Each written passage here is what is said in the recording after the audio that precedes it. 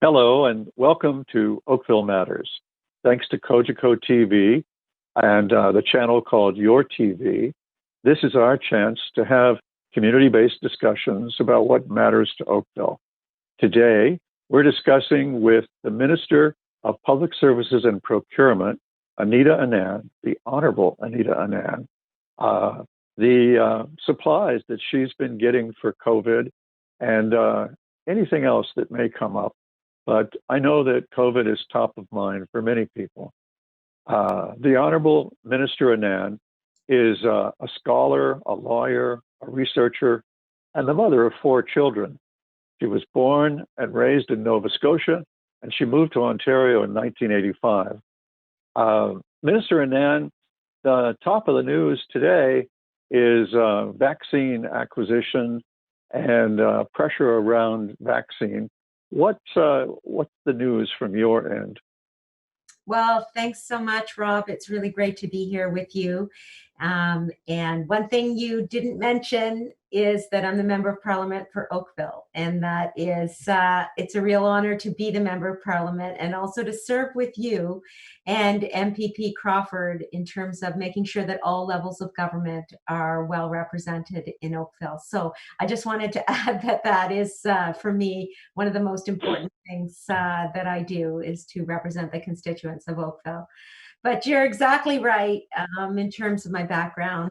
Born and raised in Nova Scotia and moved here to Ontario in '85, but also I've lived in Oakville for almost 18 years in total.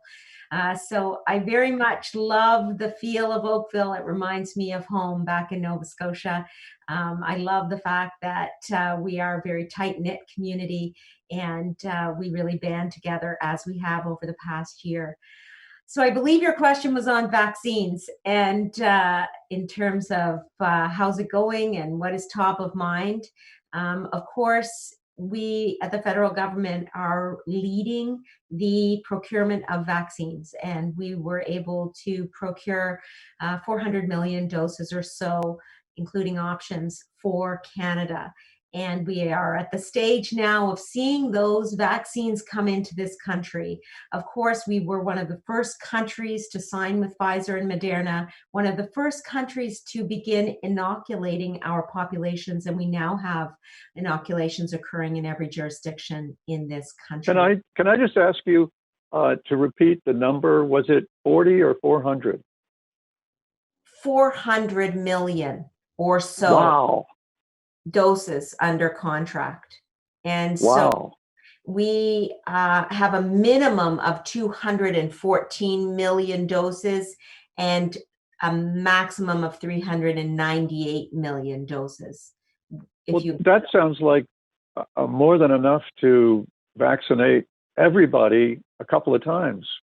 Exactly. But it's really important to remember that we have two approved vaccines from Health Canada, the regulator, and there are other vaccines in rolling review. And we needed to make sure we diversified our portfolio because at the time of executing these contracts, we were not sure which vaccines would get Health Canada approval. In addition, we have procured different types of vaccines. So the one that we're familiar with, Pfizer and Moderna, uses the mRNA, messenger RNA technology. There are other technologies, the protein subunit and the viral vector technologies, which are covered in other vaccines, are also important. AstraZeneca and J&J, for example, use viral vector, and those are in rolling review with Health Canada now. So the name of the game in procurement of vaccines is diversification of our portfolio. In terms of the number of manufacturers, we've 7 in total, as well as the different types of vaccines that we have procured. And even if you just look at Pfizer and Moderna, we still have enough vaccines of those two companies alone to inoculate all Canadians by the end of September 2021, if not sooner. But we still need to make sure that we are having vaccines of all types coming into this country. Well, that's, I have to say, it really sounds prudent, and I like the diversity strategy. The pressure right now among a lot of folks is Uh, well, there's actually, on the one hand, there's people going, "Oh, I don't want it," or any of them, and then there's others saying, "It's not soon enough. I want it yesterday." So General Hillier briefed all the mayors a few weeks ago, and in Ontario, and told the 444 of us that it would take Ontario all of 2021 and then some to get the opportunity out in front of all of Ontario. And when you look at the size of Ontario, that seemed pretty plausible. Uh, what is the on the ground supply looking like right now? So we have weekly doses coming in from Pfizer, and we will see both Pfizer and Moderna coming forward with over 1 million doses in January, so 1.3 million doses in January alone. That will double by the end of February, and we will have 6 million doses of both vaccine candidates in the country by the end of March, which is Q1. Then in Q2, we are going to see a substantial ramp up. We will see between 15 to 19 million people vaccinated in this country. That would be about 30 to 38 million vaccines. And then by the end of Q3, 38 million people will be able to be vaccinated, hitting 74 million vaccines or so. These numbers fluctuate somewhat depending on the supply chains that the vaccine companies are dealing with, as well as Health Canada regulatory approval. But as I said, even if we are just looking at Moderna and Pfizer, we have enough vaccines to inoculate all Canadians. I will say that the ramp up is a very important point, and that's essentially what you were alluding to in your question, that the provinces have the jurisdiction for dispensing healthcare and for making sure their citizens are inoculated. So from a federal standpoint, we're making sure that these vaccines get into Canada. It is incumbent upon the provinces then to devise their deployment systems and get these shots into the arms of their citizens. And we are encouraging the provinces to ensure that they have those pieces of infrastructure in place. We are buying and paying for the vaccines. We are buying and paying for all of the supplies necessary to do the inoculations, the vials and the syringes and the alcohol swabs and the sharps containers. That's all stuff that my department has purchased and is delivering to provinces.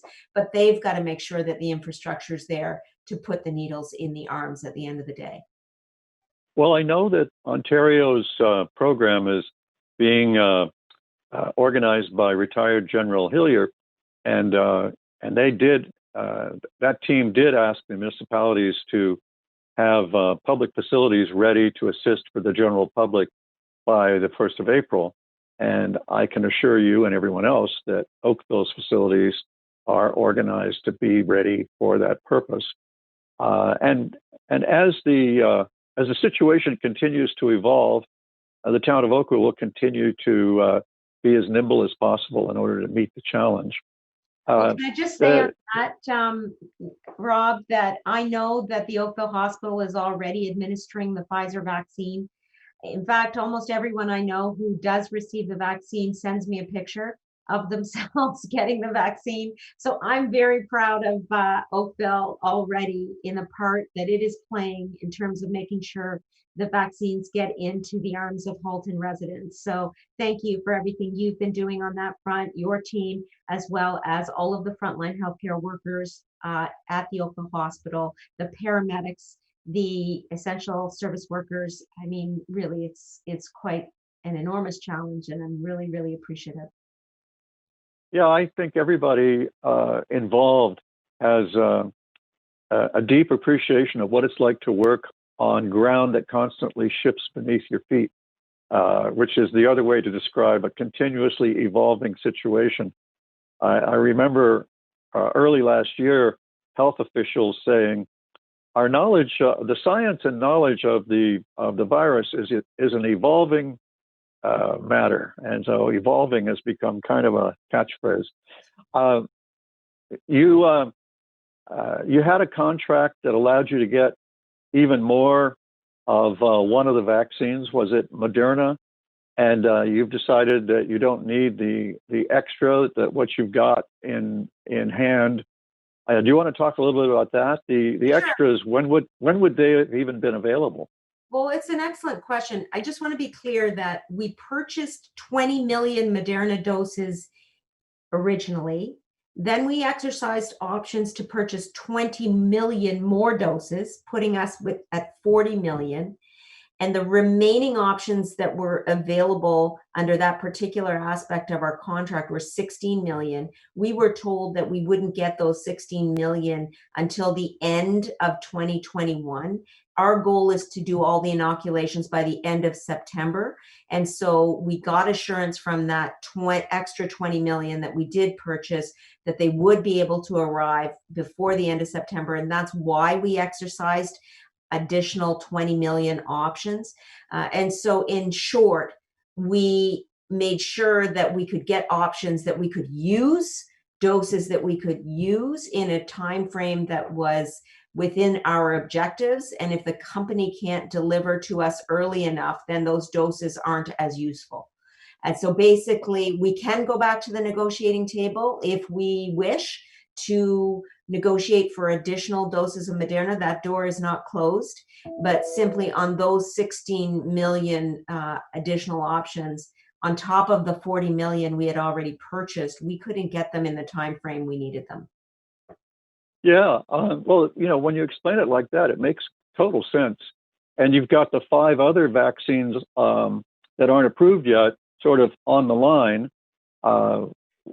If you know, what's the delivery potential or time frame for any of those? So the key for us in any delivery is the necessity for Health Canada approval. So once Health Canada approves the vaccines, then we can firm up the delivery schedule with the supplier, because all of the contracts are contingent on Health Canada approval.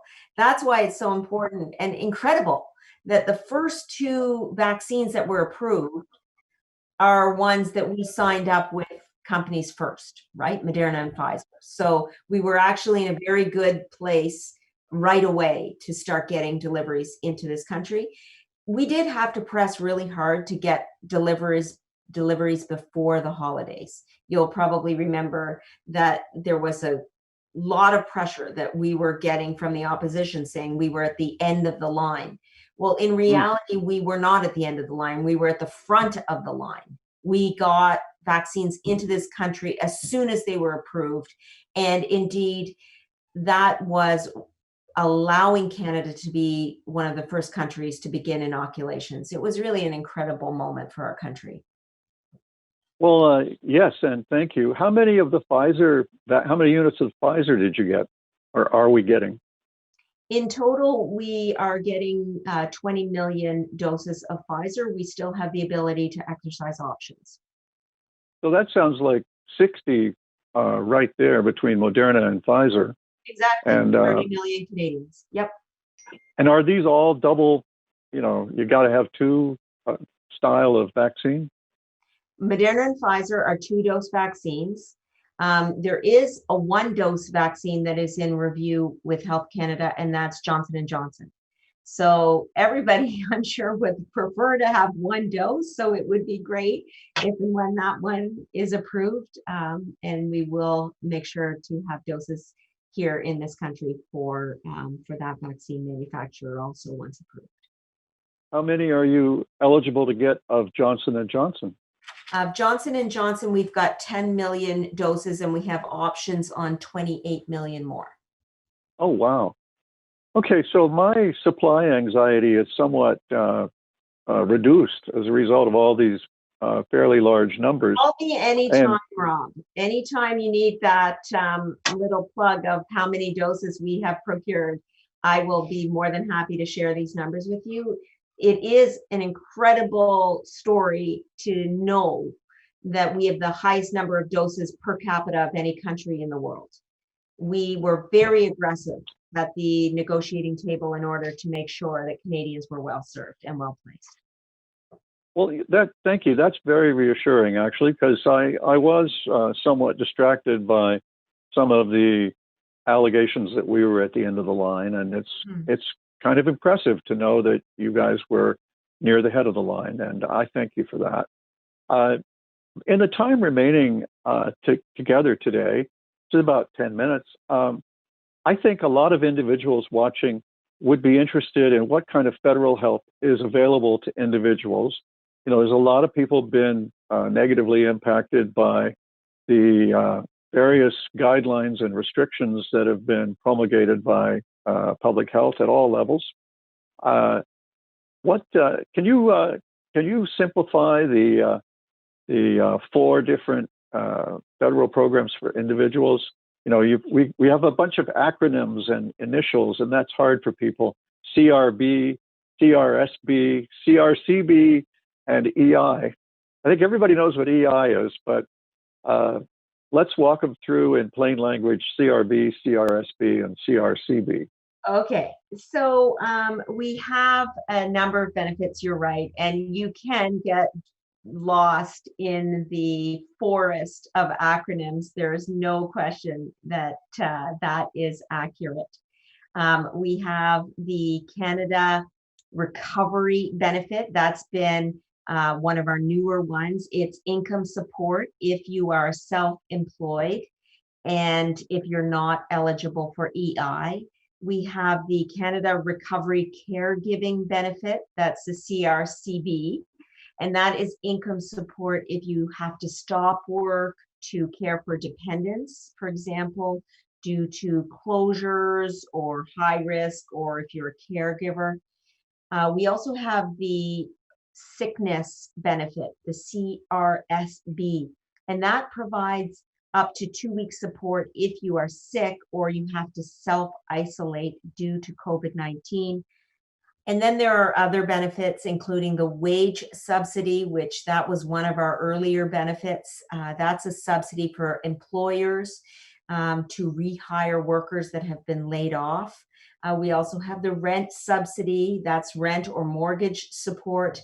And we also have the emergency response benefit, or the CERB. That is closed now, but it was a very helpful program through most of 2020 when people were off work. Is there another federal program for business that might be called CEBA? Sorry, you cut out there. Boy, I did too. And I may still be. CEBA is another federal program, I think. The CEBA, yeah, that has become the Economic Response Plan. And we have an interest-free, partially forgivable loan that is available of up to $60,000 for businesses. All right. And is it, are there any problems with people getting access to these different programs? Do you know anything about the turnaway rate or the use rate, and are all of them in effect and open right now, the ones we just ran through? Yes, they're open. And we had incredible take up with our programs last year in particular. For example, I believe with the CERB, over 9 million Canadians accessing that. So we do have very strong take up.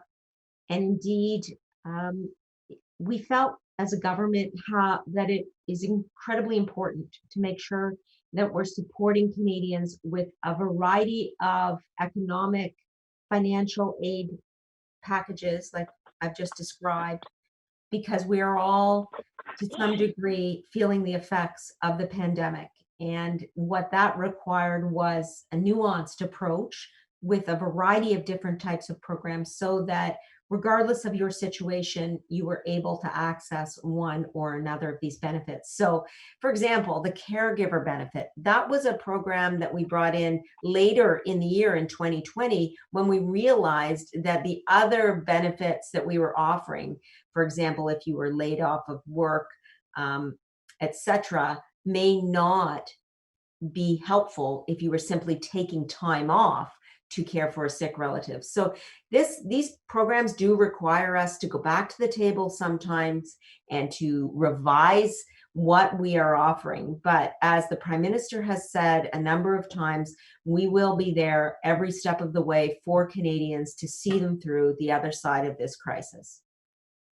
Well, I once upon a time was a reporter in the Parliamentary Press Gallery when I was young, back in the 70s.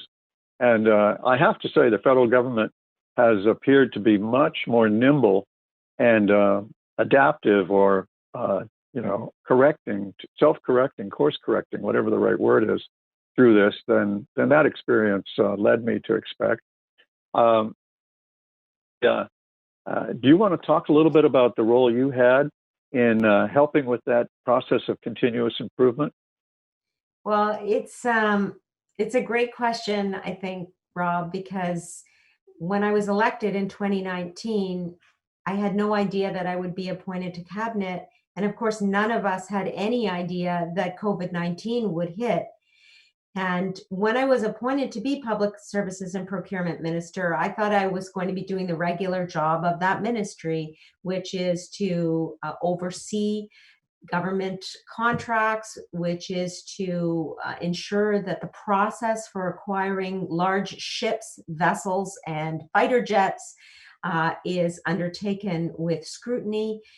And I was very excited to do that work, obviously. And then COVID hit, and our department was now in charge of procuring all the PPE for the country. And we did that. We procured over 2.7 billion items of PPE, and over 1 billion items of those PPE supplies have been delivered to this country. So that's incredible, whether we're talking about gloves and gowns and face shields and surgical masks and N95s. That was the first part of the pandemic for me personally. And we also had to ensure that we were building up Canadian domestic manufacturing at the same time. So over 40% of our contracts by dollar value are with Canadian companies. In addition to that, we have procured rapid test kits. So we've procured over 40 million rapid test kits for this country, in addition to the standardized testing materials, and disseminated those out to the provinces. We moved from rapid test kits then to vaccines and procured, as I said, about 400 million doses of vaccines for Canadians. And now we're overseeing and shepherding the delivery of those vaccines into this country. So to go back to your question, I have been integrally involved in the COVID response of the federal government. It's been a complete honor to do that. It's the reason I got into public service, was to, as I'm sure is the same for you, to do whatever you can to serve your community with the time that you have on this earth. And that was my goal. And I'm actually really happy that I've been able to do that service. It's challenging and stressful, but I'm still very, very grateful that I get to do it. I've been hearing from local businesses that they are aware and appreciate efforts that you may have taken to bring their issues forward to improve the programs that we went through, the various acronyms. So any of those changes that you want to talk about? Well, I will say that I have made it a point to reach out to various sectors of our community, the charitable sector, the business sector, whenever I'm back in Oakville, which is all the time now, actually. Because to me, businesses here in Oakville are simply comprised of families in Oakville. How many businesses do we have that are essentially family-run enterprises, families trying to make a living, families trying to stay afloat, and doing that through contributing to the growth of our economy? And so we see across government, and certainly me as a scholar of corporate law, I know that businesses are the backbone of our economy and indeed of our local economy. And so it's been a huge privilege to get to know the BIAs in Bronte, the BIA in Kerr Street, the downtown Oakville businesses. It's just been an honor for me to see how much that they have put on the line as well to make sure that their own families and their own community can stay afloat. Well, now, as you know, there's talk about screwing down the activities, tightening down the activities of people on a go-forward basis. The partial lockdown that started in Ontario on Boxing Day has now, we're all wondering if it's been enough. And there's anyway some talk of tighter measures. Are you and the federal government keeping on top of that and preparing to increase your support for the people who will undoubtedly be impacted by further tightening and harm to individuals and businesses? Well, it is definitely top of mind for us at the federal government to ensure that we're providing as much support as possible to Canadians. We're heading into a cabinet retreat very shortly, and I'm sure that this will be one of the topics that we cover. We are definitely keeping abreast and making sure that we are there for Canadians, whether it's on the economic side, whether it's on the PPE side or the vaccine side. And indeed, that was the purpose of our $19 billion of support that we put in place under the Economic Restart Program. I'm sure you're aware of it because the municipalities, of course, were beneficial under that program also. Yes, well, on behalf of the community, I have to thank you for those efforts on our behalf, and I should personally thank you for your time today. And I look forward to more updates from you on how the federal government is doing.